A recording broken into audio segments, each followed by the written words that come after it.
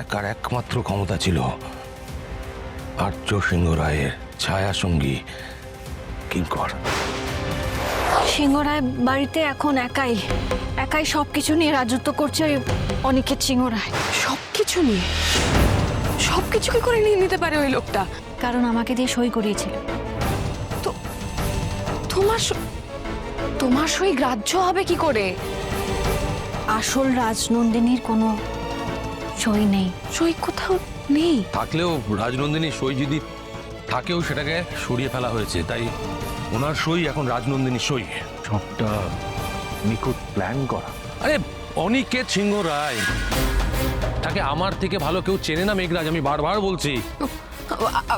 DNA টেস্টের report match করলো কি করে? এটা তো হতে পারে না, তাই না? মেলেনি, মেলানো হয়েছিল।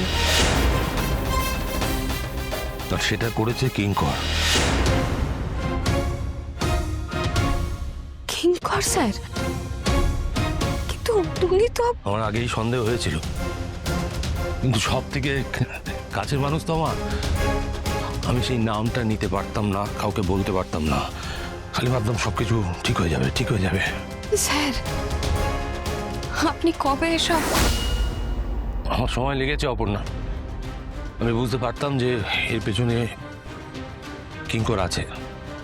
অনিকেত সিংহ রায়ের এত কিছু করার ক্ষমতা নেই। হতে পারে অনিকেত সিংহ রায় একজন নীচ মানুষ, ঘৃণ্য মানুষ, কিন্তু আর্য সিংহ রায়ের সবকিছু ঘেঁটে দিতে অনিকেত সিংহ রায়ের ক্ষমতা ছিল না। এক আর একমাত্র ক্ষমতা ছিল আর্য সিংহ রায়ের ছায়া সঙ্গী কিঙ্কর। স্যার আমি আপনার যন্ত্রণাটা বুঝতে পারছি। চোখের জল ফেলেও আপনার মন হালকা হবে না স্যার, আমি জানি। না না, তুমি বুঝতে পারছো না আমার যন্ত্রণাটা, কিচ্ছু বুঝতে পারছো না। না, আমি এটা বিশ্বাস করতে পারছি না যে তোর ছায়া সঙ্গী, তোর বেস্ট ফ্রেন্ড কিঙ্কর তোর সাথে এরকম বিশ্বাসঘাতকতা করতো। মানে আমি তোমাকে, তুমি কি বিশ্বাস করবে? আমি নিজেই এখনো নিজেকে বিশ্বাস করাতে পারছি না যে আমার সঙ্গে আমার বন্ধু, আমার হরি হওয়ার আত্মা, সে এই কাজটা করতে পারে। আমার জীবনের সব থেকে বেশি সময় আমি এই মানুষটার সঙ্গে কাটিয়েছি। ছোটবেলায় যখন সবকিছু হারিয়ে ফেলেছিলাম, একটা মানুষকে আমি আঁকড়ে ধরেছিলাম, সে হচ্ছে এই কিঙ্কর। বাইরে দুজনে মিলে অনেক লড়াই করেছি, অনেক ঘাত প্রতিঘাত সহ্য করেছি, কিন্তু এখন নিজের এই মানুষটার সঙ্গে আমি লড়বো কি করে, যে কিনা আমার আমার বন্ধু, আমার ভাই, অল্টার ইগো।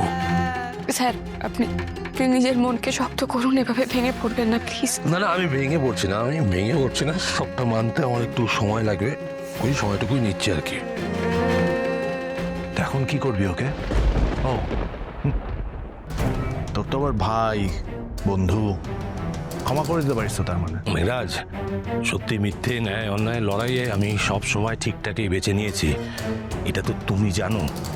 শঙ্কর থেকে আর্য সিংহ রায় হওয়ার পর আমি কখনো অন্যায়কে প্রশ্রয় দিইনি, আর ভবিষ্যতেও প্রশ্রয় দেব না, সে যেই হোক না কেন।